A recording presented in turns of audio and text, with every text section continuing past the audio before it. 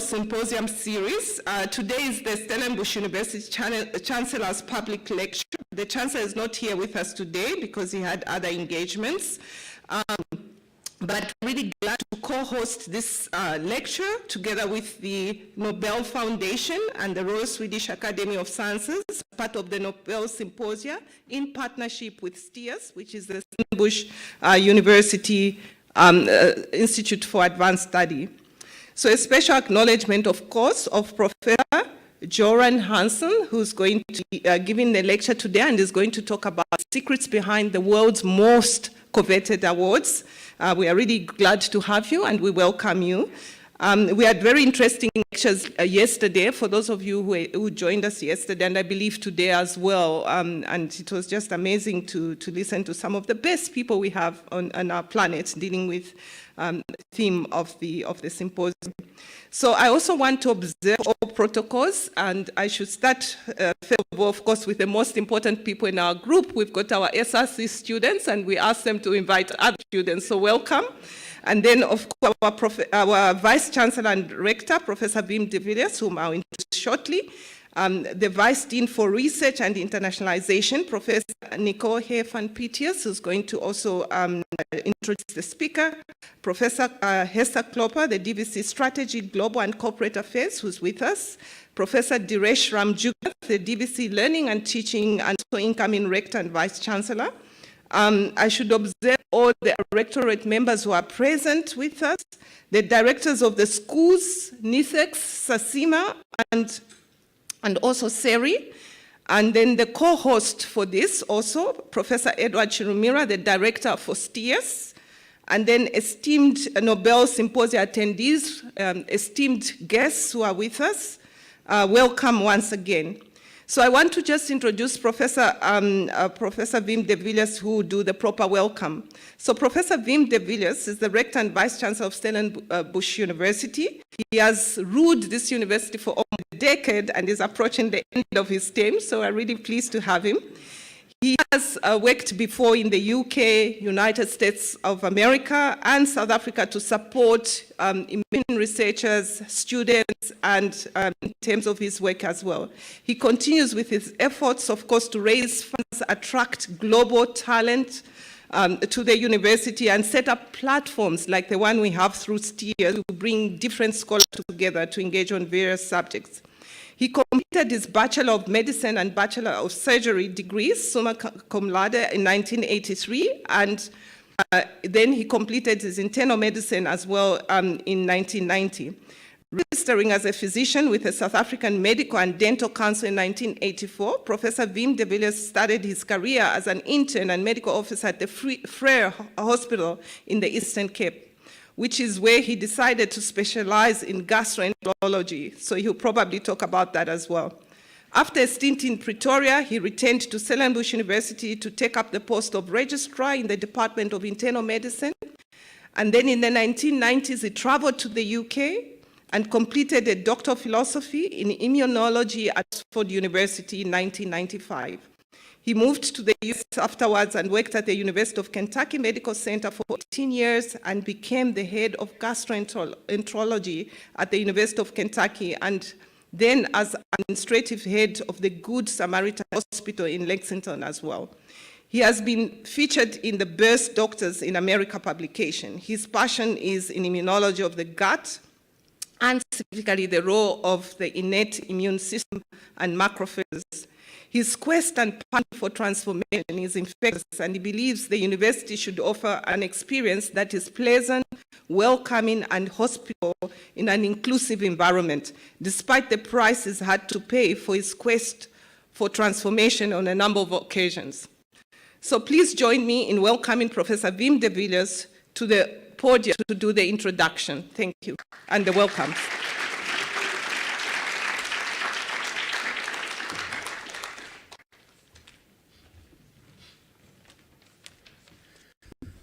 Thank you very much, Sibu, and good evening to you all. I must say I liked that she said, I've been ruling for 9 years. I really like that. I think I should I should get into that more. But welcome you all to the Chancellor's public lecture, which is part of the Nobel in Africa Symposia series. So I am, of course, not the Chancellor. I'm the Rector and Vice-Chancellor, although I'm very jealous of my Swedish and also Dutch colleagues, counterparts who are often called Rector Magnificus. I've tried my best to get Senate here to confer the title Magnificus on me, but I've been unable yet, as yet to do that, but I'll try. I'll persist in trying. So welcome to you all, and this evening is really a milestone for our university and for Africa, because the Nobel in Africa initiative, a collaboration between STIAS and Stellenbosch University, alongside the Nobel Foundation and the Royal Swedish Academy of Sciences, and supported by the Knut and Alice Wallenberg Foundation, really marks a pivotal moment. It underscores Africa's rising influence in the global research landscape. And there is also more than a partnership. It's a platform that connects the world's top scientific minds, fostering collaborations that could shape the future of both our continent and the world. So STIAS, as you know, is the first institution outside of Scandinavia to host a Nobel Symposium. And with its deep focus on Africa, STIAS, the Stellenbosch Institute of Advanced Studies, has become a leader in fostering a new generation of scholars and leaders across the continent. And it's a place where intellectual exchange thrives, ensuring Africa's voice is heard in the sense of an equitable partnership. It's heard in global scientific debates. So this theme is also very relevant, namely cardiovascular diseases, which is the leading cause of death globally, and it's becoming a major public health challenge in low and middle income countries, including right here in Africa. And this symposium brings together leading scientists to explore how we can better combat cardiovascular disease, particularly in under-resourced regions. And it is initiatives like these that remind us of the true transformative power of science. So as mentioned, as a physician, gastroenterologist, and immunologist, I'm particularly excited by this week's focus. My attention was drawn to a particularly interesting talk on Thursday morning, which I have decided I am definitely going to attend and neglect some of my other duties, which is the importance of the role that the gut microbiota play in metabolic cardiovascular disease. So that's a must attend me. But I'm really excited by this week's focus, and tonight we are truly honored to have Professor Göran Hansson with us, a leading cardiovascular immunologist, physician, scientist, and someone who knows a lot about the inner workings of selecting Nobel laureates.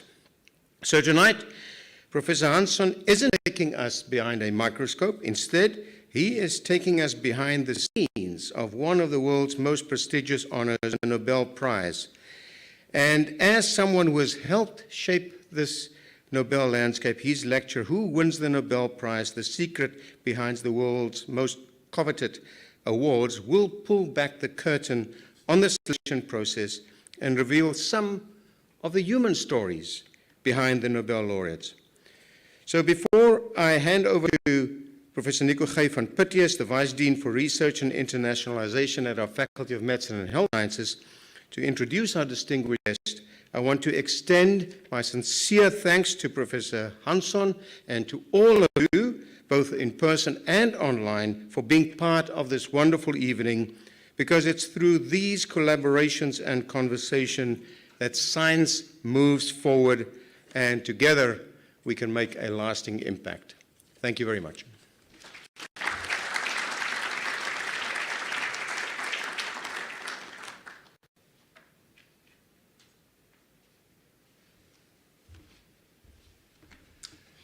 Thank you, Professor de Villiers. Ladies and gentlemen, as you've heard, my name is Nico G. van Pythius. I'm the Vice Dean for Research and Internationalization at Medicine and Health Sciences. And coming from Medicine and Health Science, the Faculty of Medicine and Health Sciences, it's a a great honor for me to present to you our guest speaker this evening, Professor Göran Hansson. So Professor Hansson is a physician-scientist who's recognized for his discoveries in inflammatory mechanisms in atherosclerosis. He's a professor of cardiovascular research at Karolinska in Stockholm in Sweden. He received his MD and his PhD from Gothenburg University in Sweden and joined Karolinska Institute in 1995. He is currently affiliated with the Department of Medicine and the Center for Molecular Medicine. So I'm a molecular biologist that immediately is very interesting to me. He has been a postdoctoral fellow at the University of Washington in Seattle, visiting professor at Harvard Medical School, and a professor of cell biology at Gothenburg University. Dr. Hansson's research deals with vascular immunology and mechanisms of cardiovascular disease. His contributions include the discovery of immune activation in the human atherosclerotic plaque, identifying cellular autoimmunity to low-density lipoproteins, discovering mechanisms of atheroprotective immunity, and discovering that immunosuppressants inhibit restenosis in arteries. So for all the aspiring academics, listen to this one. He's published 450 scientific papers, has been cited more than 50,000 times, with more than 100 of his papers being cited more than 100 times each. And the highest cited paper, 7,500 citations. He has supervised 26 PhD students and 22 postdoctoral fellows. Dr. Hansson is a member of the Royal Swedish Academy of Sciences and Academia Europa and served as the Secretary General of Academia Europa, as the Royal Swedish Academy during 2015 and 2021. He was the Vice Chairman of the Board of Directors of the Nobel Foundation from 2010 to 2022, and he chaired the Nobel Committee for Physiology or Medicine for several years. During the years 2009 to 2021, he announced the Nobel Prizes in Physiology or Medicine, Physics, Chemistry, and Economics at 27 press conferences. And he personally informed 67 laureates that they were awarded the prize. So if you get that cold call, the voice that you wanted to hear on the other side was his voice. He chaired the Science Committee of the Chancellor Foundation and the Scientific Advisory Committee of Fondation Leduc. He has been advisor to a large number of universities, scientific journals, and other institutions, and serves on several scientific advisory boards and journal editorial boards. Dr. Hansson has received several awards, including the Gold Medal of the Seraphim, awarded by His Majesty the King of Sweden, the Gold Medal of the European Society of Cardiology, the Grand Silver Medal of Karolinska, the Ekman Medal, the Anetchkov Prize, Distinguished Service Award of the American Heart Association, Anthony Cerami Prize, an honorary doctorate from the University of Eastern Finland, and honorary professorship from Shandong University. He's also an honorary member of the American Society for Clinical Investigation. Professor Hansson is going to present Who Wins the Nobel Prize? The Secret Behind the World's Most Coveted Awards. Please join me in welcoming Professor Hansson. Thank you.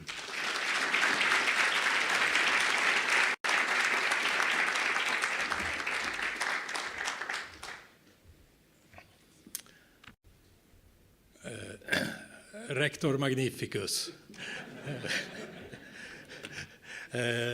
Dear colleagues, ladies and gentlemen, what an honor it is to be here and have a chance to talk about the Nobel Prize. Before I go into that, I must thank all of you here in South Africa and in Stellenbosch for the wonderful hospitality that you are showing us, all us guests who are here this week for the Nobel Symposium. It's a wonderful experience, and we are very grateful for all of it. So thank you so much. Now, I would like to tell you a bit about the Nobel Prize based on my experience with it. And I will give you some facts and some stories, and I hope it will be entertaining. That's the purpose of it. Who wins the Nobel Prize is the question. And since you are a lot of people here, it seems that it is a goal for many individuals. And it's a fantastic brand name, I must say. I walked in downtown Cape Town in the harbor area and came to this square called Nobel Square, which tells you something about the importance of Nobel. And I was touched to see the faces of 4 individuals who played an enormous role in this country and who all received the Nobel Peace Prize. It's hard to see here, probably, but you probably know them better. Their faces so well anyway. It's Albert Luthuli, Desmond Tutu, F.W. de Klerk, and Nelson Mandela. And they are only a few of the South African Nobel laureates. South Africa has been rather successful if you look at the list, starting with Max Taylor, who received Nobel Prize in Medicine in 1951 for discovering vaccines against yellow fever, and with the latest one being J.M. Coetzee in literature 2003.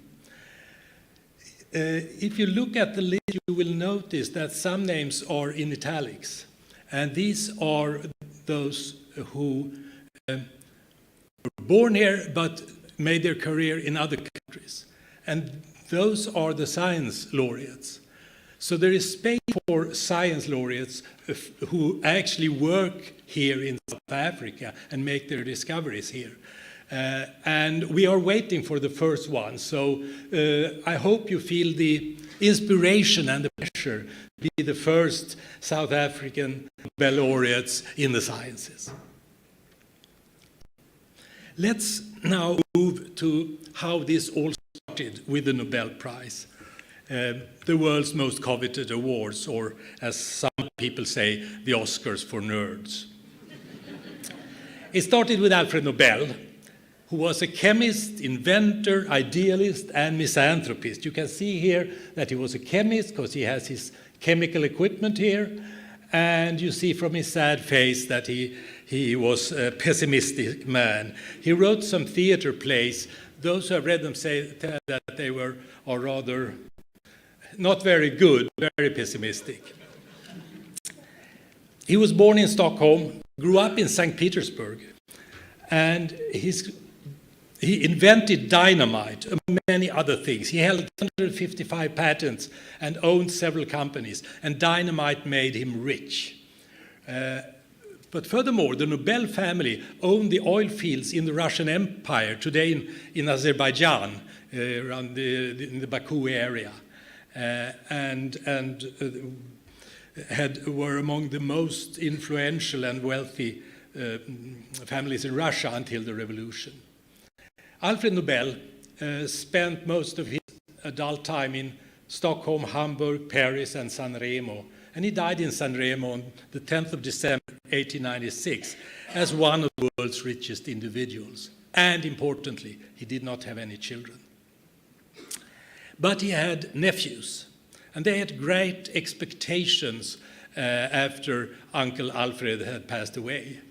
But when they opened the will, there was a big surprise. But before that was done, actually, they had to rush because Nobel's stocks and bonds, these were paper documents at the time, had to be rushed from Paris to Stockholm as fast as possible before the French tax authorities could put their hands on them. And fortunately, Nobel's assistants were fast, so otherwise it would all have gone to the government of France. Now we have the Nobel Prizes instead. But this was a disappointment to nephews, as I said.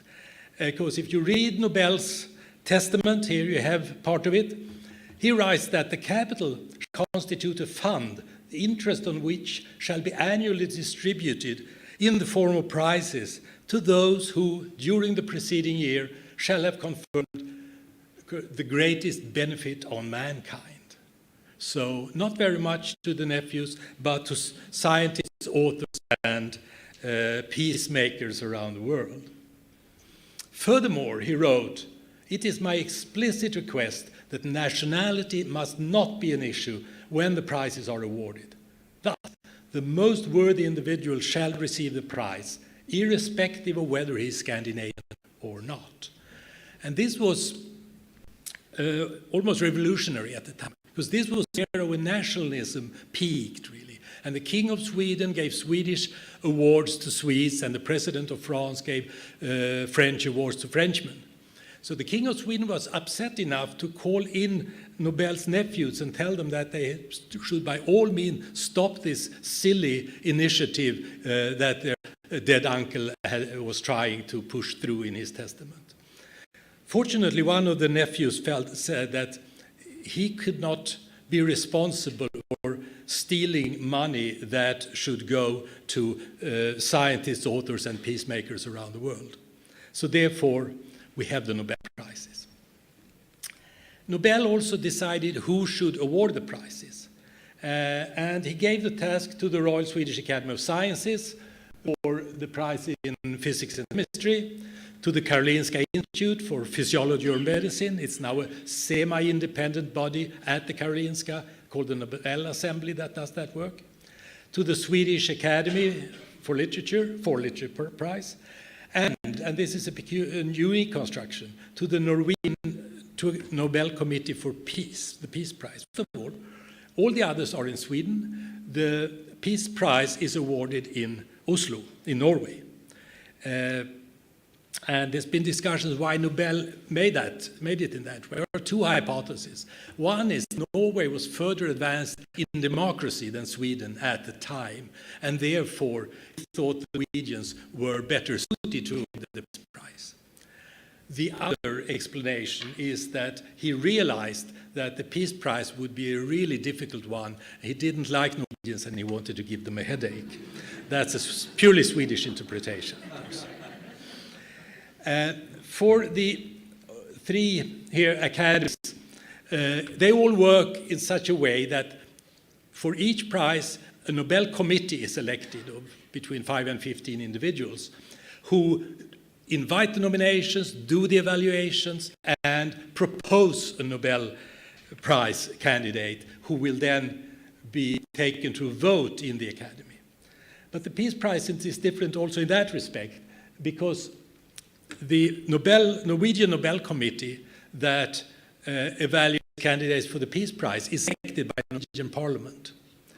And if you were to go to Parliament to discuss candidates for the prize, it would be public knowledge within 5 seconds. So the Nobel Committee for the Peace Prize not only evaluates, but also takes the final decision themselves. So it's a very special structure. Finally, the 4 prize-awarding institutions realized that they needed an organization to handle the assets, to invest the capital, and to coordinate and provide organization, not least of the parties, the Nobel Prize award ceremony, and so on. So the Nobel Foundation was created. Many people think that the Nobel Foundation decides who get the Nobel Prize, but the Nobel Foundation has nothing to do with that. They provide the money and the party. Not unimportant. It's these 4 institutions that decide on who gets the prize. So stay friends with these 4 institutions if you want to get the prize. Here is a picture from the first Nobel Prize award ceremony. It's from 1901, and the first person ever to receive a Nobel Prize you can see here in this pretty lousy picture. This is Wilhelm von Röntgen, who discovered the rays that are called Röntgenstrålar in all the civilized world, and X-rays in the United Kingdom and a few other countries. The king boycotted the ceremony because he still thought it was unpatriotic. So it was the crown prince who had to step in and give Röntgen his prize. The first prizes were it started out quite well. For chemistry, it went to Van 't Hoff, a Dutchman who was a founding father of physical chemistry. The medicine prize went to Emil von Behring, who started what we would now call immunotherapy. The literature prize was perhaps not a success because Nobel had written that the prize should go to the person who has done the best work in idealic direction. And that's difficult to interpret, but they interpret it in such a way that Leo Tolstoy or Henrik Ibsen could not get the prize. So they gave it to a fairly unknown French poet. The Peace Prize went to Henri Dunant, who started the Red Cross, and Frédéric Passy, who was the leading peace activist of the time. So on the whole, it was quite a success. It started on a good track. A few words about Sveriges Riksbank Prize in Economic Sciences. It's a terrible name for a great prize. It's not a bona fide Nobel Prize. But in 1969, the Swedish Central Bank celebrated its 300th anniversary. And some people tell me that for the first time in 300 years, they had some money left over at the end of the year. So they decided to set up a prize. And they did it in memory of Alfred Nobel, and convinced the Nobel family, the Nobel Foundation, and the Royal Academy of Sciences to accept it. And therefore it started. It's handled exactly as a Nobel Prize. The process of nominations and evaluations are the same as for the Nobel Prizes. It's included in the Nobel Prize ceremony. It's often called the Nobel Prize in Economics. But it's not a bona fide Nobel Prize. But we are very proud of it. It's the most prestigious prize in economic and social sciences. And they are really a mixed bag, these prizes. 3 scientific prizes: physics, chemistry, and physiology or medicine, which means essentially human biology, if you wish, life science and medicine. So we have to cover both these areas. 1 for artistic achievements, the Literature Prize. A political prize, the Peace Prize, and now also a prize in the social sciences. And this makes it heterogeneous, but it's also an enormous strength, because most people around the world have some opinion about world politics and peace. So they are somewhat engaged in and have opinions about the Peace Prize. Many people have read a book or two and think that Stephen King should get the Literature Prize, so they feel some kind of commitment to that. Not as many know that much about gravitation waves or even microRNA, but the scientific prizes provide credibility and authority to the whole system because it identifies discoveries, and a discovery is something substantial that you can identify. It's much more difficult to decide who has written the best books or who has and Peace Prize, who has done most for world peace, particularly because the Norwegian Nobel Committee tries to identify and encourage ongoing processes. And as we know from the Mideast, not least, these processes often fail. So the prizes strengthen each other, the broader interest and the scientific credibility. But they are difficult to award, and this is a quotation from Folke Henschen, who was chairman of the Nobel Committee for Physiology or Medicine in 1935. He wrote, "To award prizes in science is very hard, as I know from my own experience chairing the Medical Nobel Committee. But to award annually an international Nobel Prize in literature so as to win approval in all quarters and among all literary tastes borders on the impossible." We feel strong sympathies for our colleagues in the Literature Prize Committee.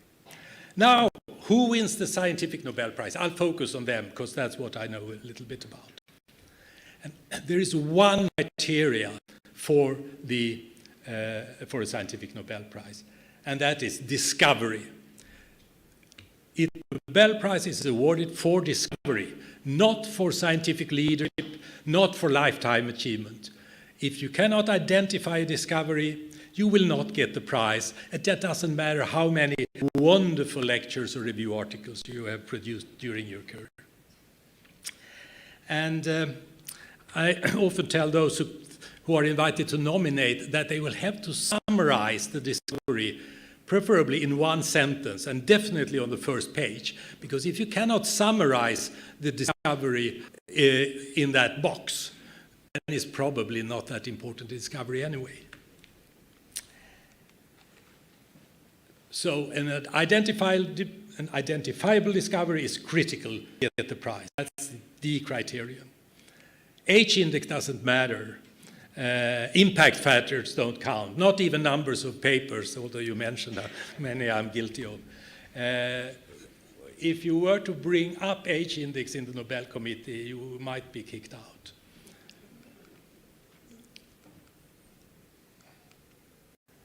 And you can usually also identify the discoverers, but that requires a lot of work.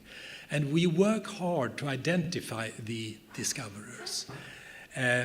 Because we feel the pressure that we are nowadays writing the history of science, and we don't want to be wrong. We want to remain credible. And that means that it can take time.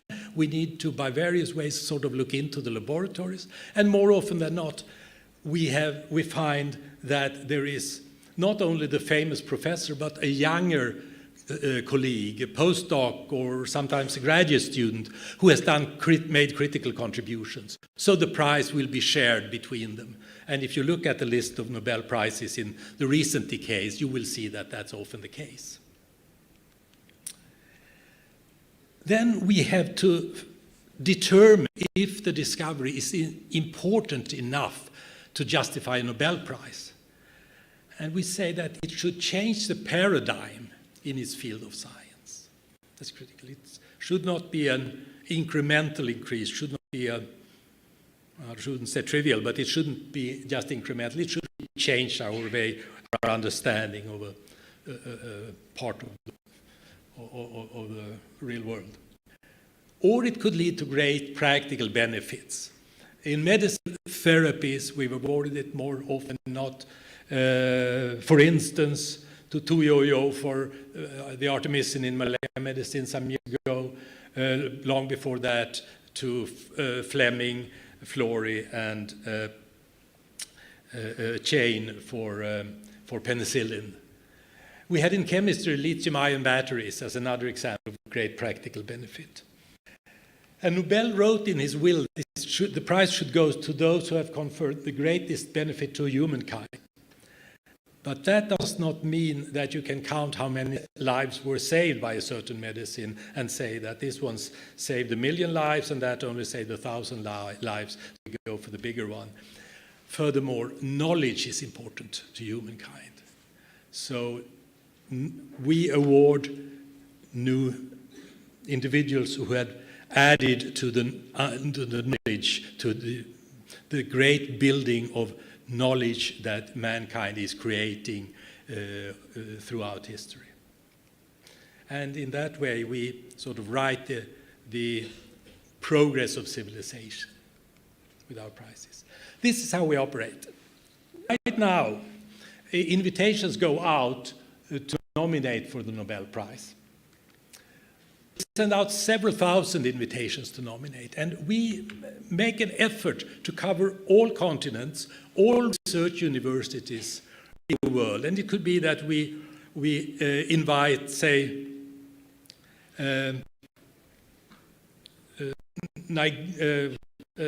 Nairobi one year and Addis Ababa the next year, Sao Paulo University one year and Rio de Janeiro one year, and so on. And over like 15 years time, we have covered the universities where research in that area is done. We want the university presidents or deans to make sure that the professors of the university get the invitation. We don't want official nominations by a university board. We throw those away. We want nominations of scientists by scientists. Unfortunately, we don't get so many nominations from all these efforts to the universities around the world. We also invite members of academies of science, former Nobel laureates, and so on. So we get enough to work with because at the end of January, we have about 700 nominations for each Nobel Prize. So it's a lot to go through. Many come back year after year, but there is always hundreds of new ones. And then the Nobel Committee starts to work with those and boil it down during spring in evaluations made by committee members and through discussions into a long list of, say, 30 to 16 names or discoveries. Then we ask experts around the world to help us evaluating, is discovery important enough? Who made the discovery? What do you think are the most important discoveries in your particular field? And we get scholarly reports of 20, 30 pages each back, and have a lot to read when we come back after summer vacation. And there's intense discussions when we boil it down to a short list of 5 to 10 proposals, each with 1 to 3 individuals. Discuss it with the larger academy, and then finally, on the first week of October, we're ready to vote. And we find during these discussions, most of those the shortlists we don't know enough about. So we'll have to take it another round for another year. And for everyone that gets the Nobel Prize, they've gone through at least 3, 4, 5 cycles of evaluations before we're ready to take a decision. And then in the end, most of them don't get the prize anyway. Fortunately, they don't know about it, because we never tell anyone what we're doing until we have taken the decision that Monday morning, in the case of the Medicine Prize, first week of October, we take the decision, call the Nobel laureate, and hold a press conference. And then the Nobel laureate come in December to receive their prizes. So that's how we work. And we had the Nobel week, it was a couple of weeks ago. It always goes through the same sequence. Monday, it's medicine. Tuesday, physics. Wednesday, chemistry. Thursday, literature. Friday, peace. And the next Monday, economics. And it's an exciting day because the academy meets in the morning, have a vote, maybe a heated discussion. Hopefully not too long, because if it is too long, we'll have to postpone the press conference. And then the Secretary General has 45 minutes to call the Nobel laureate and tell them, congratulations, you won this year's Nobel Prize. Then we have the press conference immediately after that. So it's an exciting morning. And as we heard from Nico, I've had the privilege of calling 67 laureates, and I can tell you that all of them were happy. And I've always asked formally, do you accept the prize? And they all say yes, and some even sound surprised that I ask. There were 2 Nobel laureates in the history who have said no to that question. It was the North Vietnamese politician Le Duc Tho, who received the Peace Prize in 1973 or 4, together with Henry Kissinger of the United States. Le Duc Tho, for peace in Vietnam, and Le Duc Tho said there is no peace in Vietnam, so I cannot accept the prize. And he never came. Before that, the French author and philosopher Jean-Paul Sartre, who got the prize in the 60s, refused it and said that his principles did not permit that he accept any awards. But he came back a few years later and asked if he could get the money. But then it was too late. This is a unique picture. It's the 7th of October in 2013 at 10:30 a.m. And we had taken the decision, and I was calling James Rothman, who received that year's Nobel Prize in Medicine. My secretary sneaked into my office and took a picture of me. And when Rothman answered the phone, I woke him up, of course, because he lives in New York, so it was 4:30 a.m. His wife took a picture of him in his pajamas. Then my secretary and his wife got together and put together a poster that that you can see here.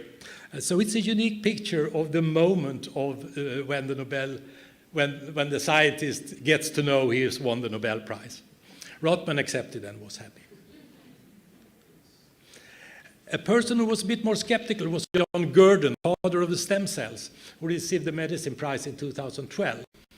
I called his home, and his wife said, and I thought, I mean, he's a 79-year-old man, Monday morning early. I expected that he would be at home. But his wife said, he is in the laboratory, of course. in Cambridge, UK. So I called the laboratory the Göran Institute, and he answered himself and was a little bit irritated because he was doing exactly what he's doing here. He was dissecting frog eggs, and he didn't want to be disturbed. And I asked why couldn't he let his other people in the lab do that? And he said, no, I do this so well, and it's better that they do more complicated things. But he didn't believe me. I told him he had gotten the Nobel Prize. Maybe had been speculation for many years. So his answer was, I hope this is not a prank, is it? And I had to send him an email with the address Göran Hansson at nobel.se. Then he finally believed me. Another one that was memorable was a few years ago. David Macmillan, a Scotsman who received the chemistry prize for organic catalysis. Although he's from Scotland, he lived in the United States on the East Coast. And I called him, and he opened the phone. And then he just, as soon as I started speaking, he switched it off. I called again, and I heard a sigh before he switched it off. Third time, he didn't bother to open the connection. So I had to call his co-laureate, who is German, and whose name I'm just blocking. And he, Benjamin List. And after we had exchanged pleasantries and he was very happy and so on, I told him I couldn't get hold of David Macmillan, and he said, I'll help you, I'll send a text message. So he sent the text message, David, we won the Nobel Prize. And he got the answer back, I bet you $1,000 it's a prank. So, and I couldn't get hold of David Macmillan, so I had to go out and hold a press conference without having reached him. After the press conference, I finally got hold of him, and his comment was, you made me lose $1,000 today. He was a Scotsman, you know. But he said, I won the Nobel Prize, so I guess it's okay. I thought that was generous of him.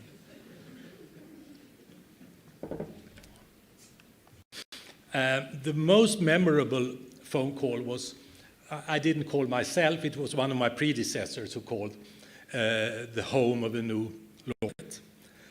His wife answered, and the Secretary General asked to speak to Professor so-and-so, and the answer was, he's with that other woman.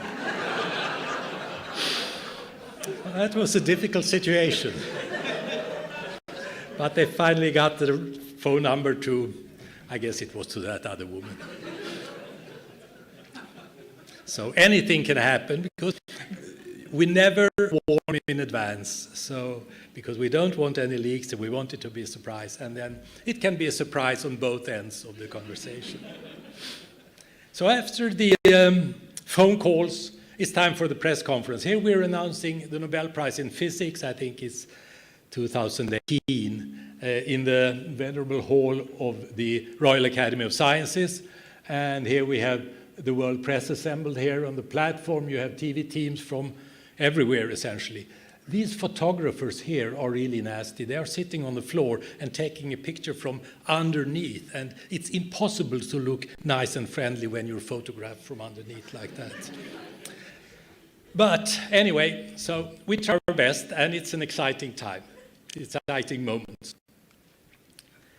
One particularly memorable situation relates to life and death and the Nobel Prize. And let me give you the whole story.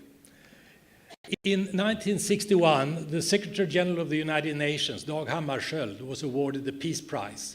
2 months after his death, he died, as you might remember, in a plane crash in Angola. And 2 months later, the Norwegian Nobel Committee decided to award him the Peace Prize. But then there was a discussion, are we going to go back in history and award Nobel Prizes? Then we might end up giving the Physics Prize to Newton and the Medicine Prize to Mendel. So they had to put a stop to that. And there was a decision that achievements by someone who had died could not be considered for the Nobel Prize. That was the bylaws, and then in 2011, we decided to award Ralph Steinman the Nobel Prize in Medicine for his discovery of dendritic cells, the cells that present antigens and initiate immune responses. I couldn't reach Steinman. I sent an email and we had to hold a press conference. Rockefeller University, where he worked, was happy and had on their homepage, "Congratulations, Ralph, you won the Nobel Prize." But then at 2 p.m. in Swedish time, 8 a.m. New York time, the president of Rockefeller University, Mark Tessier-Lavigne, called me and said, "Ralph died during the weekend." So what to do? We knew that he had cancer, but he came to visit in May, I think it was, or June that year, and was in top shape, gave a great lecture, met with faculty and students and so on. From what we checked through the grapevine, he was okay in September, and we decided that as long as you're alive, you are a candidate. But then he had gotten, the situation had gotten worse, and he died on the night between Friday and Saturday. And the death was not known publicly. No one knew outside of the group of friends and family. So we took the decision on Monday morning, what to do. We consulted with legal advisors, and we had urgent board meetings in the afternoon with the Nobel Foundation and the Nobel Committee. And our legal advisor said that the death was not publicly known. All the evaluations were done when he was alive. And the decision was taken in good faith. Therefore, it could stand. So it did. Claudia Steinman, his widow, came to the Nobel Award ceremony to accept the prize. And it was a very touching moment after she had received the medal and the diploma from the king and sent a kiss up to her dead husband.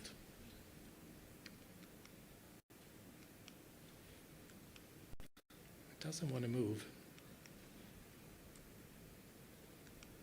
Okay, now it's just there. A few words about the attention that each prize generates. It turns out it varies a lot between countries what they write about and discuss, but it's roughly the same interest in the different prizes. Here are Twitters from 2018 and 29 all over the world. A bit more for the Peace Prize, but otherwise it's about the same for all of them.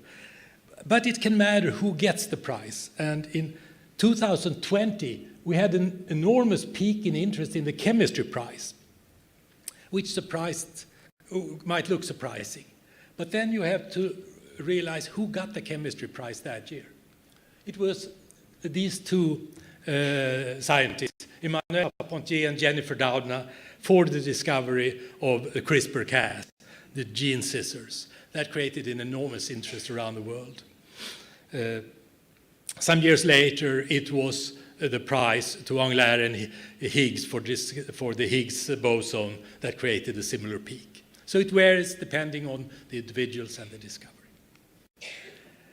Now over to what happens when they come to Stockholm in December. The Nobel lectures are given here, the medicine lectures in this splendid new building, the Aula Medica, and this happens to be Jim Rothman giving his Nobel lecture. That's the intellectual high point of the week, clearly. And it's given in each of the topics of the Nobel Prizes.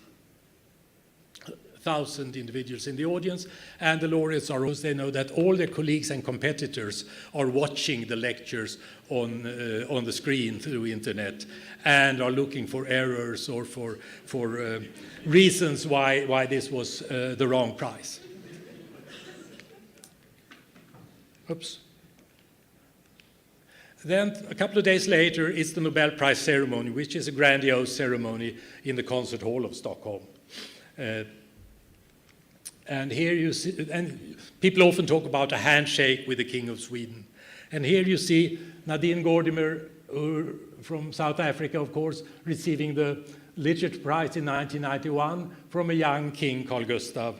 And Shinya Yamanaka, who discovered the fountain of youth, as they say, how an adult cell can be moved back to a stem cell, receiving the Nobel Prize in Medicine for a little bit older King Carl Gustav in 2012. And here we see Nelson Mandela receiving the 1993 Nobel Peace Prize in Oslo. And the Peace Prize, as it is a political prize, it's important to manifest, to clarify that it's not awarded by the government of Norway. Therefore, it's the chair of the Norwegian Nobel Committee that hands over the prize insignia rather than the King of Norway. Why did the Nobel Prize become the Nobel Prize, you can wonder.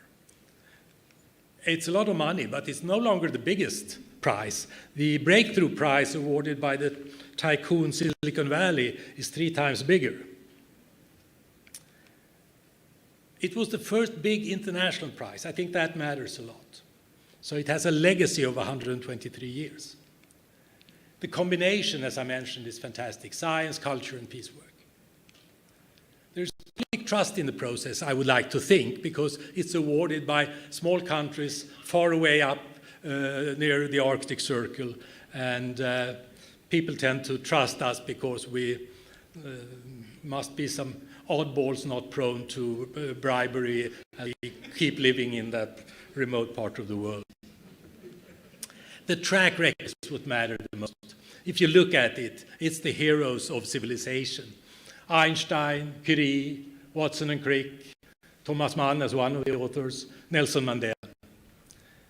And I would say that all new Nobel laureates feel that they are walking in Einstein's footsteps. So the legacy, the track record, is what matters the most for the position of the Nobel Prize. And as I said, the Nobel Prize lists the progress of civilization over 123 years. What about the mistakes you might... Are we running out of time? Okay, I was looking for an excuse not to talk about mistakes, but I'll try. There are those who never received the prize, and for the Peace Prize, the most obvious is, of course, Mahatma Gandhi. He was nominated several times, and there was a number of nominations in 1947. But India was on the brink of civil war when it finally became free from the Brits. So they decided to wait for a year. And then last day in January 1948, the day before the nomination time closed, Mahatma Gandhi was murdered. So the Nobel Committee decided not to award a prize that year, and instead write that this year no individual worthy of the Nobel Prize has been identified. So that was a clear indication that they had intended to give it to Gandhi. Tolstoy never got it in literature, and I mentioned why, because they interpreted the criteria in such a weird way at that time. Lise Meitner, who discovered fission in atomic physics together with Otto Hahn, didn't share it with Otto Hahn. And that's been discussed a lot. It was during the war. Lise Meitner, who was Jewish, had to flee from Germany and actually lived in Sweden. Many people think it was wrong that she didn't receive the prize. We can discuss it later if anybody is interested. Then we have Rosalind Franklin, who crystallized DNA and took the famous pictures that Watson and Crick used to model the DNA structure for which they were awarded. Rosalind Franklin was in a biography called The Dark Lady of DNA, and it's been said that it was a terrible mistake not to award her the Nobel Prize. The problem was that she's dead since 4 years. She died in 1958. She was not even 40 years old. She died of cancer. And at that time, nobody had been nominated for the structure of DNA. Not Watson, not Crick, not Wilkins, not Franklin. Nominations started coming in 1960, and the award was given in 1962. So there was never any chance to award Rosalind Franklin, unfortunately. Then I mentioned those who did not accept the prize. Are there mistakes? Yes. In medicine, I can see two. The most obvious one being Johannes Fibiger, and I'm sorry, Berger, but he was Danish. He received the prize in 1926 for his discovery that stomach cancer is caused by worms. It turned out to be wrong, and it taught the committee to not to be too quick with awarding the Nobel Prize, to go through several rounds of evaluation. Then we have the prize for lobotomy that has been discussed a lot too, the Portegas Moniz in 1949. When it was awarded, it looked like a major breakthrough in psychiatry, because before that, how did you treat schizophrenia? Well, with straitjackets, ice-cold baths, insulin shocks, and by beating up the patients. So if you could do a small cut in the brain and they would become calm, it looked like a major progress. What we know now is that if they had waited a few years, they would have seen the terrible side effects of lobotomy, and the new neuroleptic drugs would have come that were the real revolution in treatment of schizophrenia. So don't be too fast. Then we have the laureates who say earned afterwards. Fritz Haber, who got the prize for artificial fertilizer, but also invented poison gas. Leonard and Stark, who got the physics prize and became Nazis and kicked out Jewish scientists and said that quantum physics was a Jewish theory that did not belong in Germany. They destroyed a lot of German science. But that was afterwards. Carlton Gajdusek, who discovered the transmission of the Kuru, what he called a slow virus disease. Now we know it's prion disease. He was sentenced for pedophilia many years later. Of course, we cannot neither take credit nor responsibility for what the Nobel laureates do after they have received the prize. A more difficult question is, what do you do if an individual that made a great discovery has also made terrible actions that are, terrible actions of various kinds? I don't have an answer to that. It's a difficult problem. I would like to bring up here Aung San Suu Kyi, because she got the Peace Prize in the early 90s, as you probably recall, when she was considered a hero all over the world for her work, her resistance against the military dictatorship in Burma, now Myanmar. And then later on, she became the leader of the country, and there were the crisis with the refugees from Bangladesh, or the immigrants from Bangladesh, the Muslims who were badly treated. And she was criticized heavily for that, and there were demands that we should somehow take away her Nobel Prize. Now we see, when the military took power again, that the situation may have been more complicated than anyone realized at the time. And anyway, it's impossible to take away a prize that has been awarded. Why so few Africans, South Asians, South Americans? I'd like to point out that if you look at the sciences where we have the unbalanced situation, science is expensive, and I can understand if many countries who are low-income countries decide to first invest in education and healthcare before they invest in research. I hope they will invest in research, but I understand. Access to education. The brain drain that those who are educated often leave, as we've seen with several Nobel laureates who started in one country and made their discovery in another one. Bias among the prize holders. Perhaps we try our best. It's hard. We cannot have an ethnically balanced Nobel committee when we live in a country that's fairly homogeneous. We try with the evaluators we invite, and particularly with the nominators. And it's worth noting that, for instance, the magazine Nature often criticizes us for being unbalanced in our awards. Less than 5% of their papers are published from these regions. I hope and believe that this will change, but we cannot change this with the awards and start quotas that every 50 years should go to South America or something like that, because then we would devaluate the value of the prize. So we are hoping and expecting that more and more great science will be done in these parts of the world. And I'm very optimistic about that. What about women? Some similarities here. Access to education, certainly prejudice, discrimination against women in the workplace, prize awarder bias. I'm sure there was in the past. We've been working on that by educating ourselves and by asking the nominators to take a broad perspective with regard both to ethnicity and gender. But still, only 5 to 10% of the world's physicists are female. A lot has to improve in the world. But as a response to criticism when it comes to gender, I'd like to show you this picture of the chairman of the Scientific Nobel Committees in 2018.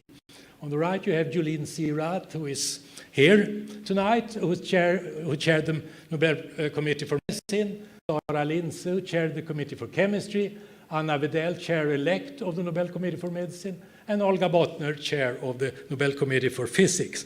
So whatever you say about gender discrimination, don't blame them. So I'll stop there, I think, by humbly citing Encyclopedia Britannica that said that the Nobel Prize are the most prestigious awards given for intellectual achievement in the world. And it's a great responsibility to be in charge of that and continue this great legacy, identifying the progress of civilization with this exceptional track record. But I can promise you that we work harder than any other committees. We don't want to make mistakes. And we hope for nominations and various kinds of contributions from scholars here in Stellenbosch, in South Africa, on this continent. And we hope that we will be able to award science Nobel Prizes to Africans in the future, in the near future. This is a short commercial. I just written a book called In Nobel's Secret Service about my years with the Nobel Prize. I hope to get an English version out. I guess there are not so many here who can read Swedish, unfortunately.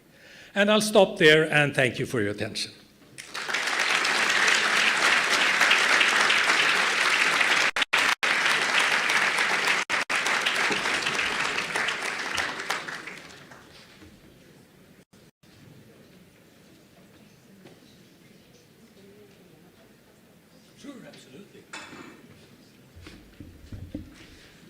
Well, let's give Göran another round of applause, and thank you for giving us a glimpse behind the scenes of what happens in this process. We've got a couple of minutes, around 10 minutes for questions. Anyone who would like? Yes, please. Professor Ma, is there a mic? Shout and we can repeat the question.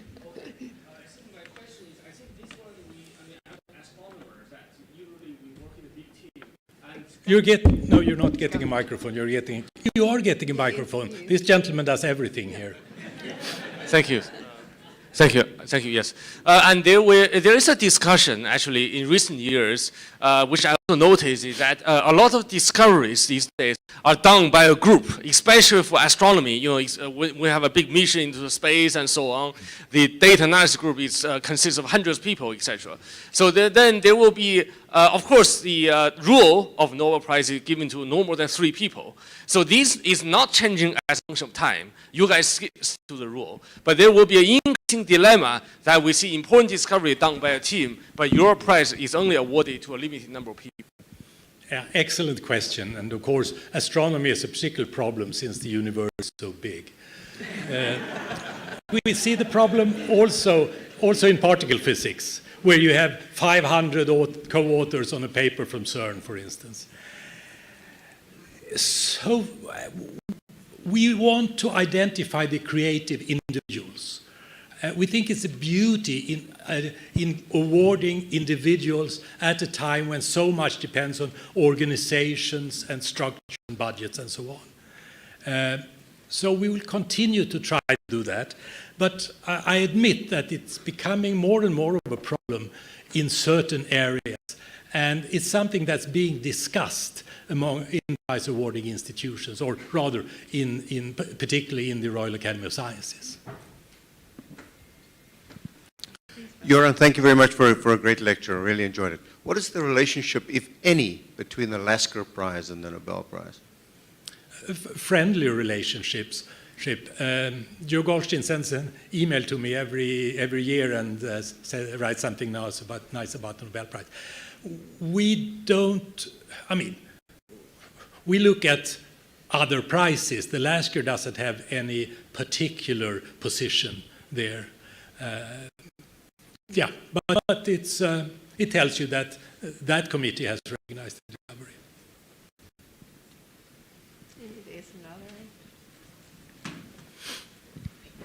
Yeah, Göran, thank you very much. Very nice presentation. I truly enjoyed it. Maybe a bit of a funny question, but once there was a paper or a one-pager in the New England Journal of Medicine about chocolate consumption in countries and the winners of the Nobel Prize. So what do you think about that kind of marketing for the Nobel Prize? And is it true? Did the chocolate consumption go up in the world? What do you think? Well, keep eating your chocolate and be optimistic. That's my advice.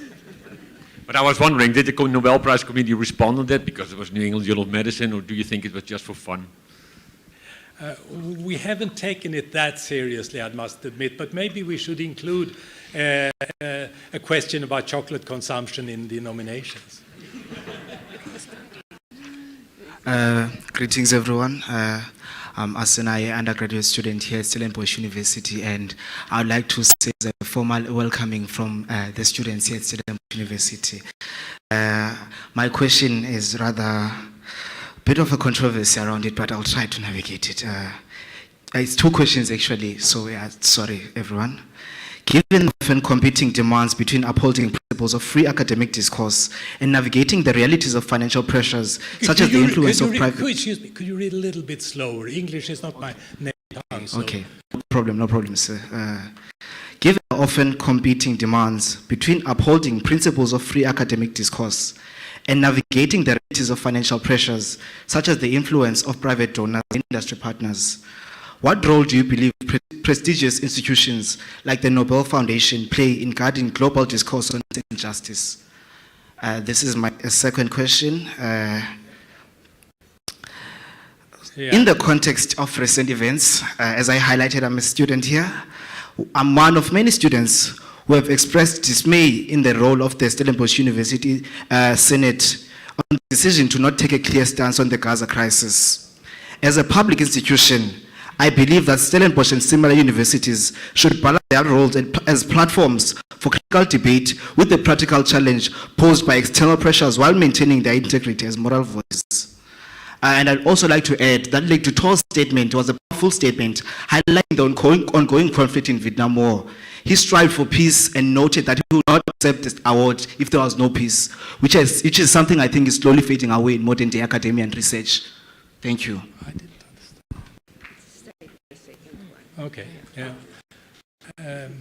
So the first question was... The point he's trying to make in your sense is what is the role of big funding? Oh, yeah. Yes, the funding issue. We look at the discovery, we don't look at funding.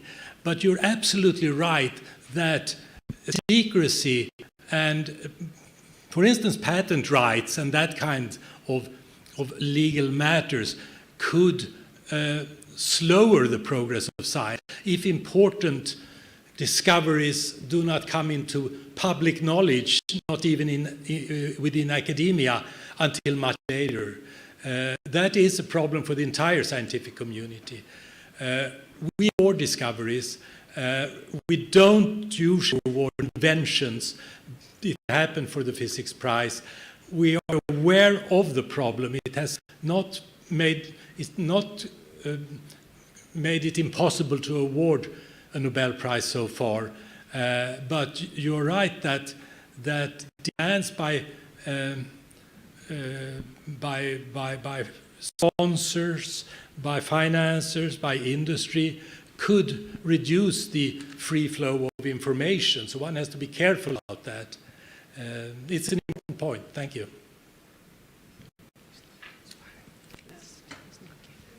Yes, and on this side.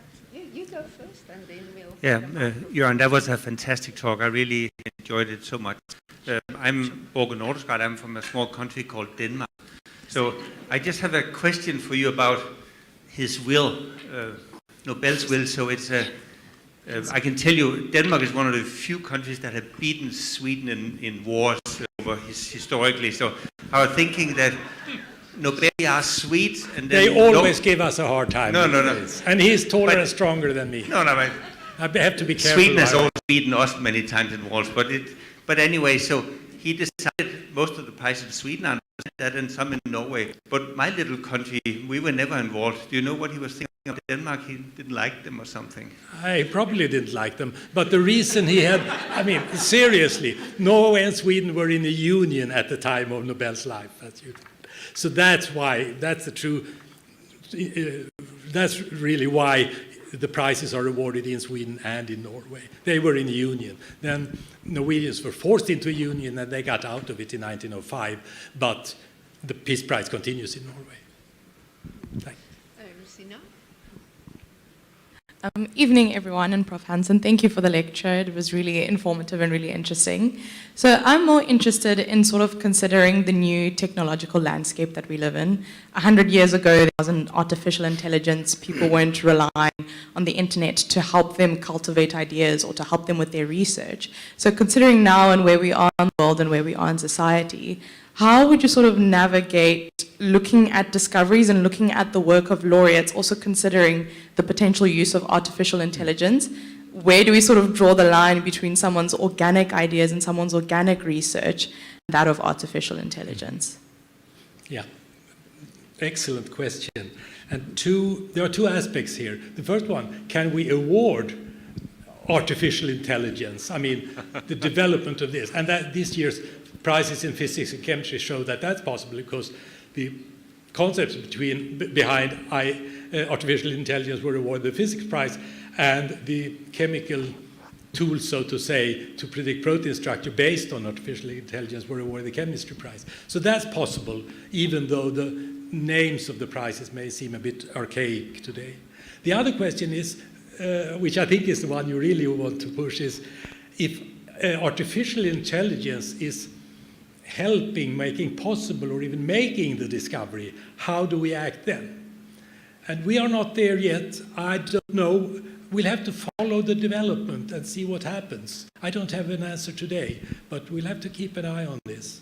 It's a very interesting problem, potential problem. We still will try to find the creative individuals, that I can promise.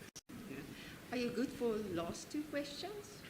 Sure. All right. Until you get tired of me and kick me out. And then our last one for Professor Marston. Just a comment on, the discoverer of statins, Akira Endo, who recently died, unfortunately. Yeah. Was ever considered, or, the rumor was because he worked for a pharmaceutical company, he couldn't be awarded a Nobel Prize? No, the second is not correct.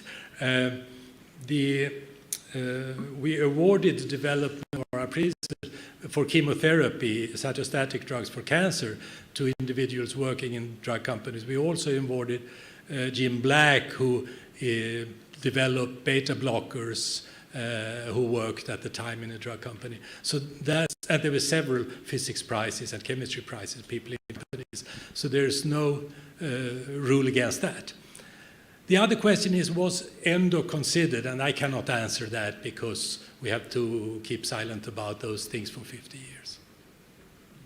And then the last. Yeah, thank you. So I'm just, for a long time, I'm just wondering about the literature prize and how do you guarantee the fairness, particularly for those books who are not written, which are not written in English and so on, would be read differently, in different languages and by different translations. Some books can be great books, in their certain languages and so on. But so how you evaluate that in that sense of different culture and so on? Yeah, well, fortunately, it's a huge challenge. Fortunately, I don't have to handle it. But it is a problem that the Swedish Academy for Literature is very well aware of. They cover between them and their consultants a large number of languages. And we've seen in fairly recent times, for instance, the Chinese author Mo Yan, who was awarded the Literature Prize, to just give you one example. But it is a big problem. Historically, this total dominance of authors who write in English or French and previously in German, but there's been more in Spanish, but there's certainly, I mean, we're waiting for Nobel Prizes to Indians, for instance, Chinese, and so on, the African languages. It's a big problem for them, but it's one that they are aware of and working on, trying to handle. Thanks. If you will allow me, I'm going to ask the last question, and that is, I've just in the last week read an article, and it started off with the quote, and it said, and the winner for the Nobel Mathematics Prize this year is nobody. So we see the 5 categories. So my question is, has there ever been discussions about adding another category, or is this what we will see moving forward? The prize in economic sciences led to a lot of discussions, and it was questioned in the early years over and over again. So that led to a general agreement. We will not accept to add another prize. But I was... and I have to tell you a story here about mathematics. There was a rumor that there was the most famous Swedish mathematician at the time of Alfred Nobel was a man by the name of Gösta Leffler. And there was a rumor that he and Nobel were in love with the same woman. And therefore Nobel decided never to have a mathematics prize. I don't think it's true, but it's a decent story. I was interviewed by a journalist from Nature a couple of weeks ago, and they're writing another piece where they tell us that we are handling things wrong and they know better. And one of the things they mentioned was that there should be prizes in mathematics, artificial intelligence, and environmental issues. And so I suggested to them that the Springer publishing company that owns Nature makes loads of money for scientists by ridiculously high subscription rates and publishing fees. So they are very welcome to set up a foundation to win prizes in areas they think suitable. And they are even welcome to contact us for discussions if they wish. I never got an answer to that particular suggestion. Yeah. Thanks so much. Thank you.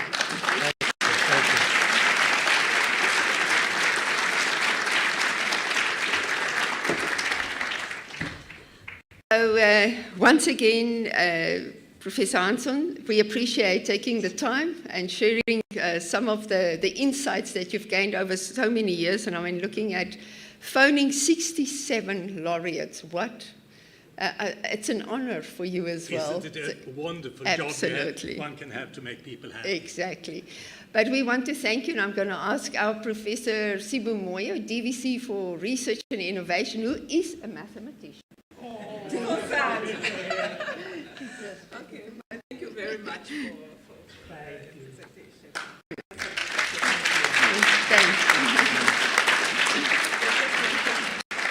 Sorry, I had one question, since we've got a lot of students who want to win the prize one day. You didn't say the value. Okay, we see the gold. It's about 1 million euros. About, yeah, $1 million. So work hard, students. We're waiting for you to come to Stockholm. Yeah, thanks so much once Thank you again. again. Appreciate it. Thanks so much. Yeah, and before everyone leaves, they've asked me just to thank, so if you take seats, I'm going to be very quick, just to thank a few people for making this evening possible. And of course, Professor Göran Hansson for sharing his insights and thought-provoking ideas of behind the scene has really been appreciated.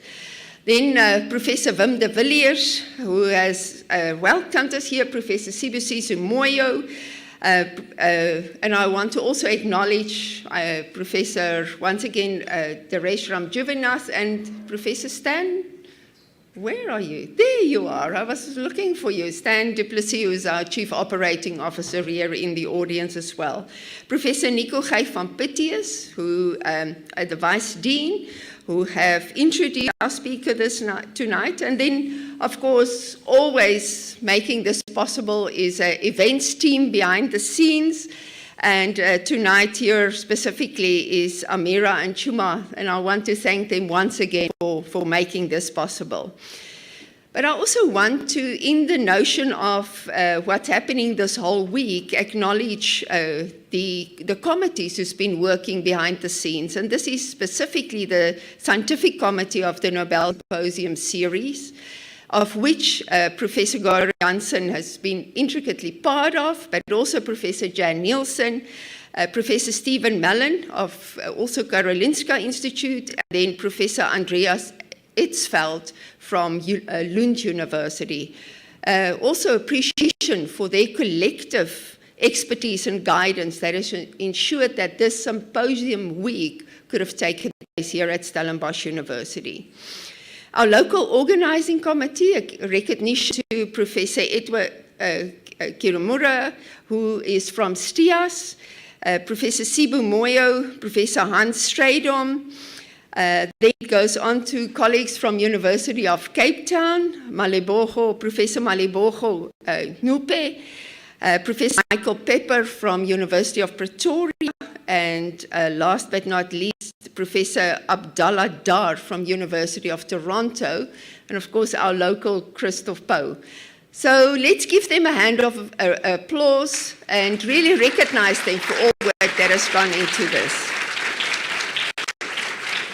And last but not least, the local STIAS team, who has really been a driving force behind all of this. Georgina, Nelmarie, and I'm afraid I might not remember all the names, but to the local team, appreciation.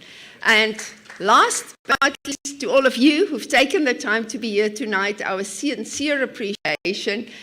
And of course, now you can join us for some refreshments after this. Thank you.